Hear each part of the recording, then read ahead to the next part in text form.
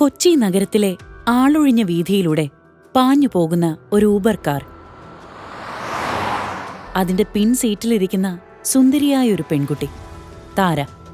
അവൾ എന്തോ ടെൻഷനിലാണെന്ന് അവളുടെ മുഖഭാവം വ്യക്തമാക്കുന്നുണ്ട്.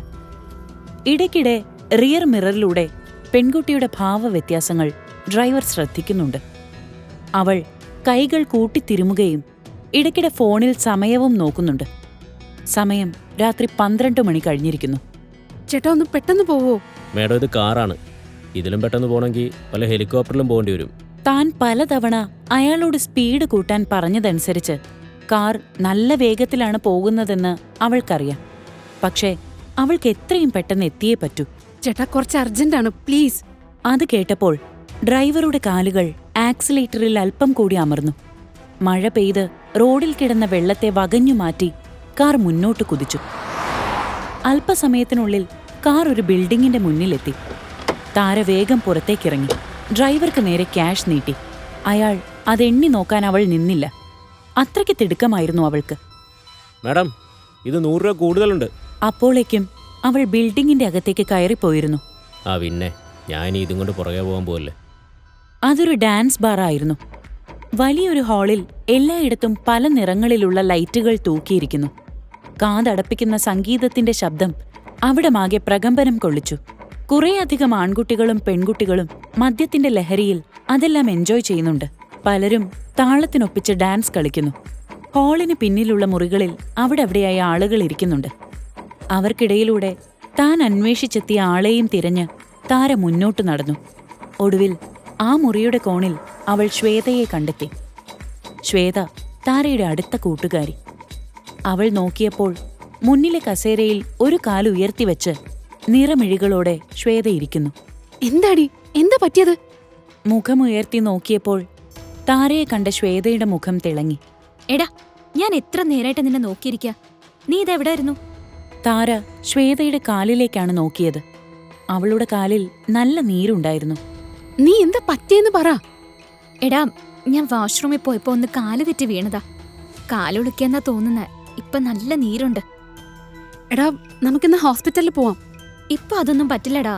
ഇന്നെന്റെ ഷോ ആണിവിടെ. അത് വേണ്ടെന്ന് വെച്ചാ പിന്നെ ആ ക്യാഷ് കിട്ടില്ല. നിനക്കറിയാലോ, നാളെ അച്ഛനെ ഹോസ്പിറ്റലിൽ കാണിക്കേണ്ടത്. എനിക്ക് കാശ് കിട്ടിയേ പറ്റൂ. എടീ, അതിന് നീ ഉളുക്കിയ കാലും കൊണ്ടാണോ ഡാൻസ് കളിക്കാൻ പോകുന്നത്? എടാ, ഞാൻ അതുകൊണ്ടാ നിന്നോട് ഇങ്ങോട്ട് വരാൻ പറഞ്ഞത്. നീ എന്നെ ഒന്ന് ഹെൽപ്പ് ചെയ്യണം. ഞാനോ? ഞാനെന്ത് ചെയ്യാനാ? എനിക്ക് പകരം നീ ഡാൻസ് ചെയ്യണം. എനിക്ക് വേറെ ആരെയും വിശ്വാസമില്ല. വേറെ ആരെ വിളിച്ചാലും കിട്ടുന്ന ക്യാഷ് അവർക്ക് കൊടുക്കണം. എന്റെ അവസ്ഥ നീ മനസ്സിലാക്കണം. താര ഒരമ്പരപ്പോടെയാണ് ശ്വേതയുടെ വാക്കുകൾ കേട്ടിരുന്നത്. എടീ, ഞാനെങ്ങനെ? എനിക്കിതൊന്നും പറ്റില്ല. വീട്ടിലറിഞ്ഞ വലിയ പ്രശ്നമാവും. ഇവിടെ നിന്നെ ആരും തിരിച്ചറിയില്ല. എടീ, എന്റെ അച്ഛനെ ഓർത്ത് പ്ലീസ്. ഇനി ഒരിക്കലും ഞാൻ നിന്നോടൊന്നും ആവശ്യപ്പെടില്ല. പറഞ്ഞു തീർത്തതും ശ്വേതയുടെ കണ്ണുകളിൽ നിന്ന് കണ്ണുനീർ കിനിഞ്ഞിറങ്ങാൻ തുടങ്ങി. താരയ്ക്ക് എന്ത് ചെയ്യണമെന്നറിയില്ലായിരുന്നു. ഒരു ഭാഗത്ത് അവളുടെ ആത്മാർത്ഥ സുഹൃത്ത്, അവളുടെ പ്രശ്നങ്ങൾ. മറുഭാഗത്ത് സ്വന്തം ഫാമിലി. ഒരു സാധാരണ മിഡിൽ ക്ലാസ് ഫാമിലിയിൽ വളർന്നു വന്ന പെൺകുട്ടിയാണ് താര. എന്തിനും മുകളിൽ അഭിമാനം മാത്രം കാണുന്നവരാണ് തന്റെ അച്ഛനും അമ്മയും. വീട്ടിൽ ഇതൊക്കെ അറിഞ്ഞാൽ അവൾക്കത് ചിന്തിക്കാൻ പോലുമായില്ല. ഒരു തീരുമാനമെടുക്കാൻ പറ്റാതെ നിന്ന് താരയുടെ കൈകളിൽ പിടിച്ച് ശ്വേത പൊട്ടിക്കരഞ്ഞു. 6ാം ക്ലാസ് മുതൽ ശ്വേത താരയുടെ ബെസ്റ്റ് ഫ്രണ്ടാണ്. സ്വന്തം വീട്ടിലെയും ജീവിതത്തിലെയും പ്രശ്നങ്ങൾ കാരണം 10ാം ക്ലാസ് കൊണ്ട് ശ്വേതയ്ക്ക് പഠിത്തം നിർത്തേണ്ടി വന്നു. ഒടുവിൽ തന്റെ പ്രാരാബ്ധങ്ങൾക്ക് പരിഹാരം കാണാനായി അവൾക്ക് ഈ ഡാൻസ് ബാറിൽ ജോലിക്കും വരേണ്ടി വന്നു. ശ്വേതയ്ക്ക് ആവശ്യമുള്ള പണം കൊടുത്ത് സഹായിക്കാൻ തന്നെക്കൊണ്ടാവില്ല. കാരണം അവളുടെ വരുമാനം മാത്രം പ്രതീക്ഷിച്ചിരിക്കുന്ന ഒരു കുടുംബം അവൾക്കുമുണ്ടായിരുന്നു. ശ്വേതയുടെ കരച്ചിൽ കൂടുതൽ നേരം കണ്ടു നിൽക്കാനുള്ള കരുത്ത് താരയ്ക്കില്ലായിരുന്നു. എടാ, ഞാൻ റെഡിയാ. ശ്വേതയുടെ മുഖം വിടർന്നു. ശരിക്കും? ശ്വേത അവളുടെ കൈകളിൽ അമർത്തിപ്പിടിച്ചു. താങ്ക്സ് ഡാ. നന്ദിയൊക്കെ നിന്റെ കയ്യിൽ വെച്ചാ മതി. ഞാനിപ്പോ എന്താ ചെയ്യണ്ടേ അത് പറ. ശ്വേത പുറത്തു നിന്നിരുന്ന ഒരു പെൺകുട്ടിയെ വിളിച്ച് കാര്യം പറഞ്ഞു. അവൾ താരയുമായി അടുത്ത മുറിയിലേക്ക് പോയി. അവിടെ അവൾക്ക് ധരിക്കാനുള്ള വസ്ത്രങ്ങൾ വെച്ചിരുന്നു. തീരെ ഇറക്കം കുറഞ്ഞ ഒരു മിനി സ്കേർട്ട്, ഒരു ക്രോപ്പ് ടോപ്പും. രണ്ടും മിന്നിത്തിളങ്ങുന്ന വേഷങ്ങൾ. അത് കണ്ടപ്പോഴേ താരയുടെ ഹൃദയമിടിപ്പ് വർദ്ധിച്ചു. താര മുൻപൊരിക്കലും ഇത്തരം വസ്ത്രങ്ങൾ ധരിച്ചിട്ടുണ്ടായിരുന്നില്ല. ഇതിട്ട് താൻ എങ്ങനെ? ആ ചിന്ത അവളെ കൂടുതൽ അസ്വസ്ഥയാക്കി. പക്ഷേ ശ്വേതയ്ക്ക് താൻ വാക്കുകൊടുത്തുപോയി. അവൾ ഡ്രസ്സ് ധരിച്ചു, മേക്കപ്പ് ചെയ്തു. ഇപ്പോൾ അവൾ ആളാകെ മാറിയിരിക്കുന്നു. അത്ര പെട്ടെന്ന് അവളുടെ മുഖം ആർക്കും തിരിച്ചറിയാൻ പറ്റുന്നുണ്ടായിരുന്നില്ല. പുറത്തേക്ക് വന്ന താരയെ ശ്വേത ആകെ മൊത്തമൊന്നു നോക്കി. എടി, ഇതൊക്കെ ഇട്ട് ഞാൻ ഇത്തരം ഡ്രസ് ഇടേണ്ടി വരുമെന്ന് നേരത്തെ പറഞ്ഞൂടായിരുന്നോടി? ഓ പിന്നെ, ഡാൻസ് ബാറിൽ പിന്നെ ചുരിദാർ ഇട്ടിട്ടാണല്ലോ. അതൊന്നും കുഴപ്പമില്ല, നീ ധൈര്യമായിട്ട് ചെയ്യടി. കണ്ണാടിയിൽ തന്റെ രൂപം കണ്ടപ്പോൾ താരയുടെ തൊണ്ടയിലെ വെള്ളം വറ്റി. ആ ഡ്രസ്സിൽ അവൾ ഒട്ടും കംഫർട്ടബിൾ ആയിരുന്നില്ല. ഡോർ തുറന്ന് പുറത്തേക്ക് വന്നതും അവളുടെ ശ്വാസം നിലച്ചു പോകുന്നതുപോലെ തോന്നി. സ്റ്റേജിനടുത്തായി ഒരുപാട് ആൾക്കാരുണ്ടായിരുന്നു. എല്ലാവരുടെയും കയ്യിൽ മദ്യം നിറച്ച ഗ്ലാസുകൾ. ലഹരിയിൽ മയങ്ങി നിൽക്കുന്ന അവർക്ക് മുന്നിൽ താൻ എങ്ങനെ? അവിടുന്ന് ഇറങ്ങി ഓടാനാണ് അവൾക്ക് തോന്നിയത്. പക്ഷേ ശ്വേത, അവളുടെ അവസ്ഥ, ആ ചിന്ത അവർക്കിടയിലൂടെ അവളെ മുന്നോട്ട് നടത്തി. ഇറക്കി വെട്ടിയ ടോപ്പിന് മുന്നിൽ കൈ ചേർത്ത് പിടിച്ച് ആൾക്കൂട്ടത്തിനിടയിലൂടെ അവൾ സ്റ്റേജിലേക്ക് നടന്നു. ഓരോ നിമിഷവും പേടിയും നാണവും കൊണ്ട് അവളുടെ അവസ്ഥ മോശമായിക്കൊണ്ടിരുന്നു.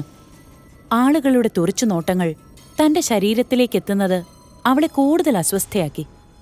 ഒരു നിമിഷം തിരിഞ്ഞു നടക്കാൻ തീരുമാനിച്ച അവൾ ഒരു ചുവട് പിന്നോട്ട് വെച്ചപ്പോഴേക്കും പാട്ട് പ്ലേ ചെയ്തു തുടങ്ങി. അതോടെ ആളുകളുടെ ആരവം ഉച്ചത്തിലായി. നിൽക്കണോ അതോ പോണോ? താരയ്ക്ക് എന്തു ചെയ്യണമെന്നറിയില്ലായിരുന്നു. നിന്നാൽ ഇത്തരം ആൾക്കാർക്ക് മുന്നിൽ നൃത്തം ചെയ്യേണ്ടി വരും. ഇവർ എന്തൊക്കെ ചെയ്യുമെന്നറിയില്ല. പോയാൽ ശ്വേതയുടെ അവസ്ഥ മോശമാകും. അവളുടെ അച്ഛന്റെ ചികിത്സ മുടങ്ങും. ഇതെല്ലാം ചിന്തിച്ച് താര ഒരു ദീർഘനിശ്വാസമെടുത്തു.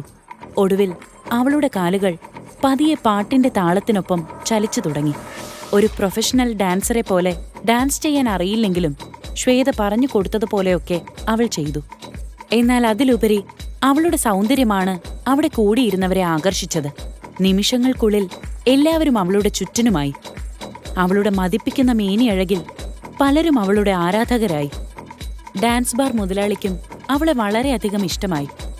എല്ലാവരും ഡാൻസിലും പാട്ടിലും മുഴുകിയിരുന്ന ആ സമയത്ത് അവിടമാകെ പ്രകമ്പനം കൊള്ളിച്ച് ഒരു വെടിശബ്ദം മുഴങ്ങി.